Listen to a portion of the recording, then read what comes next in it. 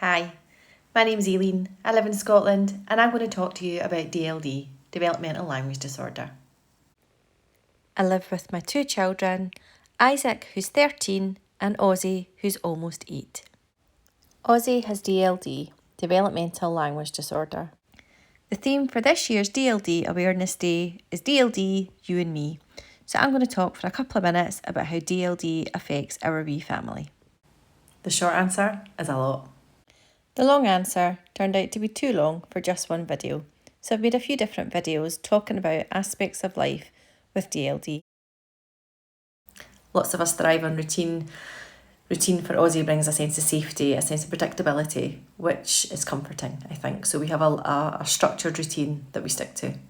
He has a calendar on his wall and I write as much on that as possible. So if people are coming to the house, if we're going anywhere, any events, birthdays, and important events that he can then count down the sleeps to, we cross it off every single night. We do a lot of rehearsing around if we've got like an event or going somewhere, or what will happen then, in which order. His understanding of time concepts is at quite an early stage for his age really, so we find ways to kind of try and mark things, so like before playtime, after playtime, things like that. So but yeah, routine helps, and a lot of rehearsing of what will happen and when and what next, and this first then that. In terms of holidays, we've actually gone abroad to France, just the three of us, for the last 4 years now. And I think if he hadn't been so young and I hadn't really had a proper grasp of the entirety of what DLD meant for him and for the rest of us, I wouldn't have done it. So I'm very glad that I did. He loves it. He absolutely loves it, which goes against everything I just said about routine, but he honestly has a ball. I have stopped trying to persuade him to go to kids' clubs. I've given up the fantasy that the boys will both be occupied by other people and I can go and sit and chill in the spa for a bit. That's not happening. But I think what it is for him the holiday is an escape from everyday life where he feels constantly on the back foot, constantly try to second guess things and understand and put in extra layers of work in that the rest of us don't have to do. On holidays, I can be totally kid-led. Well, I can be totally Aussie-led. So if what Ozzy wants to do is go to the pool, we'll go to the pool. If what he wants to do is play with the toys, we'll play with his toys. If he wants to play with his Kindle or watch Netflix or lie in my bed and snooze, that is what we will do. It's harder for Isaac, but he's a teenager and we all know what a joy they are to have on holiday.